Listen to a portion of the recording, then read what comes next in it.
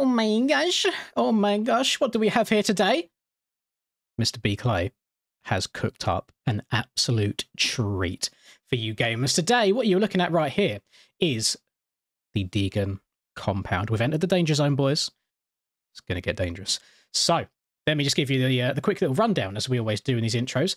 We have got the Nationals track, motocross track, whichever you want to call it. It consists of 2.5-ish layouts. So we've got one layout that kind of does a little extra loop around and back and here. You've got one extra little loop that comes here, but that's kind of just like a practice loop where you do it a couple times over and over. I'm not going to touch this over here. We're going to focus on the main two loops in the middle. We have also got the Supercross track over on this side over here, and to top things off as well, over here we have a tiny little Supercross track, more of a mini Supercross track over here. So I am on the 450, which, as you can imagine, on tracks like this is probably going to be disgustingly overscaled, but I don't care. I'm too lazy to keep switching in and out of the lobby on different bikes all the time. This is going to be up on the shop at some point for you beautiful people today. B. Clay has just been kind enough to let me get my hands on this a little bit early to showcase it off for you guys, and I'm actually just more impressed about all of the modelling that he's gone through here to get all of this looking as good and realistic as it can be. I didn't even know that they had a netball court at the Deegan compound, but the more you know. Anyway, so yeah, we are going to do Nationals first. We're then going to move over to Supercross. We're then going to move over to smaller Supercross. Let's get into it.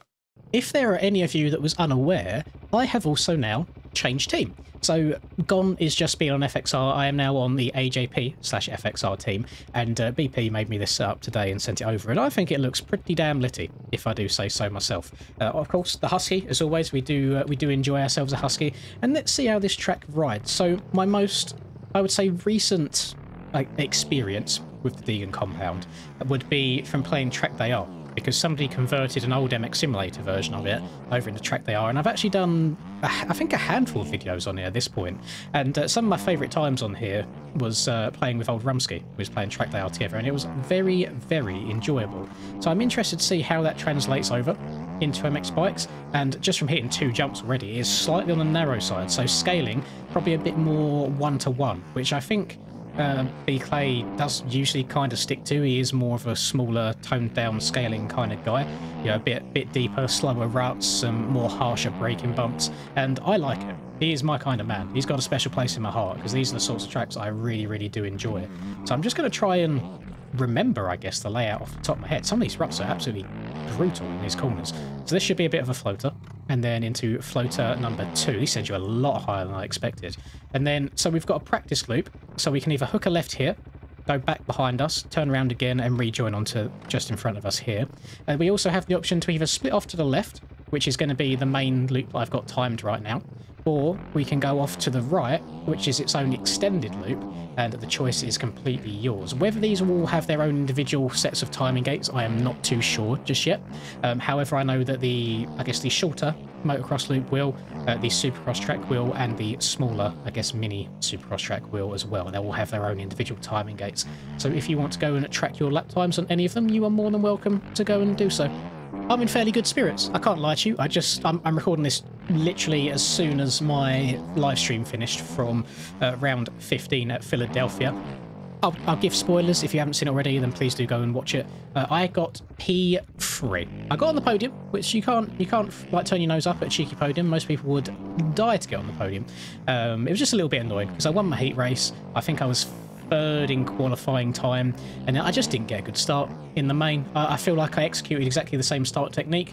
I just think the old man reactions were getting to me a little bit, didn't quite get the timing down as soon as the gate dropped, and just swarmed by a gaggle of KTMs into the first corner. They are pretty damn quick on that, their start straight. But I think I was in an okay spot, and I just made a big mistake early and just lost a bunch of time.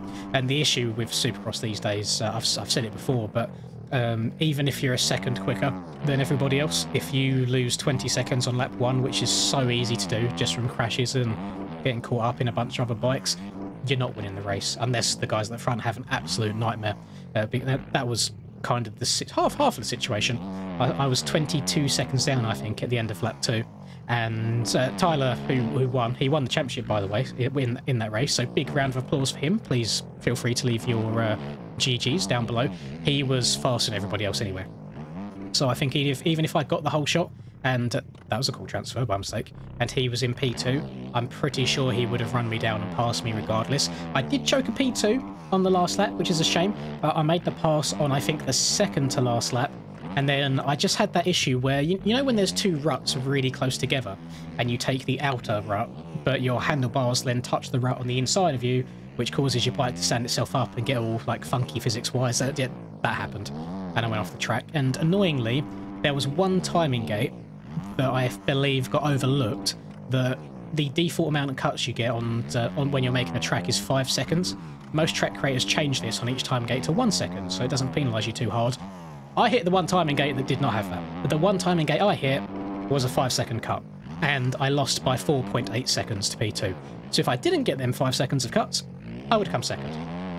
You live. It's not the end of the world. In my eyes, a P3 is just as good as a P2. We're still losers at the end of the day. I'm just the second loser rather than the first loser. It makes no difference to me. Unfortunately, I will not be appearing at round number 16 because it is the exact same day that I am packing up all my things and I'm moving 4 hours to the top of the country and moving in with girlfriend. So that'll be a very exciting few days. I cannot promise that you'll have videos every single day whilst that's going on, only because I don't know what sort of content will be around at that time. That's the only thing. Just depends what's released. But I'm excited for it. It should be like a completely different, I guess, vibe. I think my schedule will be completely different. I'll be awake and sleeping at probably normal times because I'll probably be going to sleep with her and waking up in the morning with her when she's getting ready for work as normal. I'm excited for it. I should stream throughout the day, get my cheeks back in the gym, and I'm very, very excited just to see what the future holds for me. So wish me some good luck on that. This track right now, I'm kind of vibing with it, not going to lie. I'm liking the scaling. The ruts do hold you really, really nicely, like excessively nicely. The only thing that I'm kind of sucking on right now is my outdoor setup on the Husky. Not ideal. I still haven't found something that works too great on it for me. So a lot of these bumps I'm going over, the bike's getting a little bit too unsettled, and I'm struggling to get the bike really settled and planted into the rut. But if you're on other bikes, the Suzuki, for example, it's so soft, it's so plush, you'd probably have a whale of a time just absolutely annihilating these braking bumps going into these corners. But I'm liking the scaling. Definitely more one-to-one than what we're used to seeing these days, but that is the joy of having different track creators as well, doing their own thing, putting their own twists on tracks, and you just love to see it at the end of the day. Massively overjumped that, holy. I would recommend, just based on the, what have I done, 3 laps now? Yeah, 3 laps that I've done around this track, go on a 250, which makes sense, to be fair, as the Danger Boy does ride a 250 predominantly in real life. I'm sure he has his fair share of 450 practice, but it makes sense if it's scaled more towards the 250 side of things. And we have to remember, at the end of the day, we are so much faster in-game than they are in person. We have many more miles an hour at our disposal, so of course you're going to be overjumping things a little bit. But looks-wise, I think this could be Bradley's best-looking track, just overall. The last one he done, which was the Austrian facility, which had 2 Supercross tracks that were quite deep and rutted, as well as the enduro track. I would say that is a close second, more so because of the overall environment and feel rather than the actual texturing looks themselves. I think this track, the way that he's textured it, and to be fair, the general environment, the way that he's got the house over here and the pool and the netball court, all that good stuff, this is his best work to date, I believe. I don't know how long this project has taken him. Project, not project, that's not proper English, but it's been basically exactly a month since his last release, which was that Austrian test track. So whether he went from one strain to the other, or if he has multiple projects on the go side by side, I have no idea. But if he has done this all in the space of a month, very, very impressive stuff. I could never. My attention span is not good enough for that. If I've not got something done in the space of a couple of days, that's it. I'm gone. I take a few months off, don't touch it anymore, and that's me done. So big W's right here, and it flows really well. It rides very, very nicely. Something that I'm about to do, which I'm probably going to regret, I can't lie to you, is try and ride a Supercross track with an outdoor setup on, just absolutely destroying the vineyard that we've got going on here. Little few freestyle ramps there dotted about. I believe those are in track they are as well when I played this, so I'm guessing he's got a few freestyle ramps out. Of course, if your dad is who Hayden's dad is, then yeah, it makes sense to have some freestyle ramps dotted about. So let's see how this Supercross track rides. I usually quite like Mr. Clay's scaling on his Supercross tracks. His Austrian Supercross tracks were very, very fun. A little bit of a sand section here. Is this just a triple? Yeah, triple. Ooh, can probably then go quad, and then probably go quad again, and then double into the corner. So that's some big lines available right now. Go round to the left. It looks like he's used Stoney's secret sauce on this, which is the same kind of textures on Supercross that myself and people like Baked Minotaurs use. I have a feeling that Mouse might have used them on his most recent Philadelphia track as well. So it's good to see them getting some use, and for good reason. I mean, they look incredible. They are literally from a drone scan of a real Supercross track, so they are incredibly lifelike. But you notice how you get different results on them, depending on who uses them. Some people are just more talented than I would say that these ones look a lot more defined. The norm work on it is a lot better than what I've done in the past as well. And it just looks really, really nice. See a little step up and over here.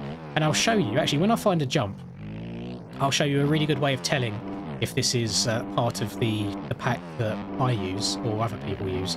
Usually it's on the landing of a big double. And I'm going to try and find a big double. Oh, I'm in the wrong gear. I'm in the very, very wrong gear. Let me turn around. Screw it. Put in reverse gear. I'm going to roll over this. I think I was in fourth or third. Let's try second. So triple in. Oh, actually I overjumped it. Okay. Note to self. Check up a little bit. Or scrub even harder. One or two. I really want to try and find like a big double now. Watch there. I think there's at least one. I mean, the finish line jump is basically a big double, isn't it? Well, the one before the finish line. So we go round to the right here. Oh, I should probably try that inside rut one lap to see what she's like, but I guarantee going outside there and going step on, step off is far superior. Don't need a double, need a triple for it instead. You will notice on the landing of the very last jump, we have like this this dark spot right here, and that is prevalent across all of these like big, either Supercross triple or big double landings. I'll try and see if there's any more of them dotted around here, but there's just a little bit of a tell. So it's quite funny when I see it. I spot it, I'm like, aha! I have used this before. I know exactly what you've been doing, sir. Which over this. Oh, triple. And I believe there's one on the landing of this jump here as well. Yep, see the little dark spot there on the landing. Is there one here? No, they're not. This one's a little bit different. We'll go inside and triple. Ooh, that felt nice. Little triple, double. I want to try and get this triple in here really, really clean, so then I can try and quad afterwards. Triple. Oh yeah, we're good. Money! Some people don't call that a quad. Some people call it a triple because it's 3 jumps. I call it a quad because I basically count those tables as 2 when they're together like that. I do not want there to be a debate, an argument in the comments about whether that is a triple or a quadruple. The argument will never end. I can see it from both sides. I understand both sides. We will never, ever, ever get a definitive answer. There is no point wasting your breath or your energy or your words per minute typing it out. You'll not change my mind as a quad. Anyway, let's try this bad boy out. Which way are we going? First of all, I believe it's not that way. It's actually the other way. Yeah, let's go this way. So, yeah, we are not meant to ride a 450 around here. I think this is actually more meant for a pit bike than anything. Maybe if we had 85s in the game that weren't ripped, they could be good fun to ride around here. But for now, we're going to do with the 450. It's a little bit overkill, but as I said at the start, I am a little bit too lazy to be changing bikes all the time. This is a triple. Here's a triple. Rip. See again, saw that little dot there on the landing. Same textures, same textures. Little step up, lovely. Round to the left, little step down, and a little triple. Try, oh, got a little bit sketchy. Okay, I was going to try and soak it up and give her a little bit of like leg swag going into the corner, but overdone it for me. I mean, if you boys want a very, very basic Supercross track to get the soupy juices flowing and just learn it, perfectly good spot. Very, very easy, very straightforward. I keep over jumping. I keep trying to keep meaning to go into that inside. We can go triple, and then you just go a little whoop, jump all the way up and over. Smallest berm known to mankind, and then step off. I couldn't imagine coming from a wealthy enough background that you have this in your back garden. It would actually be unreal. Like, life would be complete. I would just be waiting for the parents to pass away. I'd be like, listen, can you hurry up and kind of kick it now at this point, because I kind of want to inherit everything that you have, because this is insane. Actually, unreal. I don't know what, I don't think I'd even like need video games if I had this outside. I would ride every single day, all day, every day, until my hands were just red raw from blisters, or like my back or my knees were giving out. Insane. I'm very jealous of the American way of life. Some parts of the American way of life, not all of them. Just jealous of all the extra space and land and freedom, I guess, that you have. UK's not in a good spot right now, not gonna lie. prices of everything, extortionate, bad weather, so you don't even get to enjoy the country that you're in. I have no real sense of patriotism, which I notice is the biggest difference. So I feel like a lot of Americans are very, very proud of where they're from, and I can't say the same. Like, if we had to go for war, I would not want to die for my country. I don't feel like I owe the country anything. It's, yeah, a little bit of a poor excuse. So if you was ever planning on moving to the UK, don't. You've probably got it better where you are, unless you're from some very unfortunate war-torn country. I know there's a lot of grief going on in the world right now. We are lucky enough not to be suffering from any of that. But for day-to-day life, don't do it. Not worth it. What is worth it is this track. I've had a hell of a lot of fun going around here. I think you could spend many, many hours just circling around, having a good time. You got 3 different tracks to choose from. I mean, technically 4 if you want to split the outdoors track off into its 2 separate parts. Technically 3 if you want to include the little practice loop that's on the outdoors track as well. I mean, we're all outdoors at the end of the day. Motocross track, nationals track, whichever one you want to call it. I'm a big fan of how this man scales his tracks. I much prefer the smaller scaling. Now we could just, you know, tone down the speed of the OEM bikes a little bit, please. So the whole game was a bit on the slower side, and make the traction less, so we can't lean the bikes over as fast. So then the game isn't as fast overall. But everybody's going to turn up outside my house with pitchforks and torches on fire because they hate that suggestion, and they hate me because I'm an old man who has a very different view on things compared to the youth of today that want to go as fast as possible and as casually as possible, which I completely understand, but playing casually isn't really my thing anymore because I'm trying to be competitive in the game, and the only way that I can usually win is by the traction being boofed because everybody else for some reason doesn't have very good throttle control, but I do have good throttle control, and I know I'm just trying to waffle on and trying to think of things to say. But thank you very much for watching, everybody.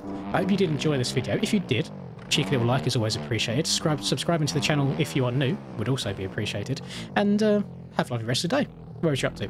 Let me know if you end up playing this track when it comes out, and if you do, what are your thoughts on it? Do you enjoy it? What would you change? What did you like? What didn't you like? Any feedback and all comments are well received, and I'm sure that Bradley will be going through them down below anyway to see what everyone thinks of his latest creation. So again, thank you, Bradley, for providing me with a little bit of early access to showcase this off for everybody, and I will catch you all in the next video. Peace. I'm working hard, I'm sacrificing my life, I'm sacrificing my mind, I'm sacrificing my sanity, but most importantly, I'm sacrificing my time. Boy, I feel fine, I feel like I am a king. Honestly, I can't complain, even with faith that's the size of a grain of some salt, I will still move a mountain and do what I want. I got